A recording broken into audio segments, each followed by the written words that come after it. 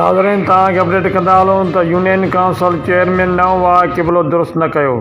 जाली भर्तियूं करे छॾियूं। लखी गुलाम शाह तालिके जे यूनियन काउंसिल नएं वाह जे चेयरमैन सिकंदर शाह पंहिंजो क़िबिलो दुरुस्त न कयो आहे।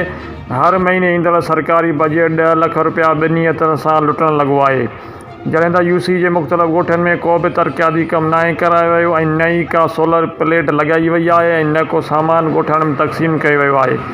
ॿिए तरफ़ यूसी सेक्रेटरी भूरल उलरो बि ग़रीब ॻोठाणनि खां सर्टिफिकेट जी आड़ में लखें रुपया लुटे रहियो आहे।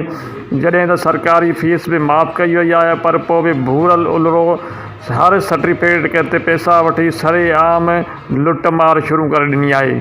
जॾहिं त मीडिया तरफ़ां भूरल उलरो सां राब्तो कयो वियो त हिन ॿुधायो त मूंखे यूसी चेयरमैन सिकंदर शाह जो हुकुम आहे त फरियाल टालपुर जो बि माण्हू हुजे त उन खां बि पैसा वरिता वञनि सर्टिफिकेट ते। भले हुकूमत माफ़ कर, पर असां कंहिंखे बि माफ़ी न ॾींदासीं ऐं हर सूरत में असां पैसा वठंदा रहंदासीं।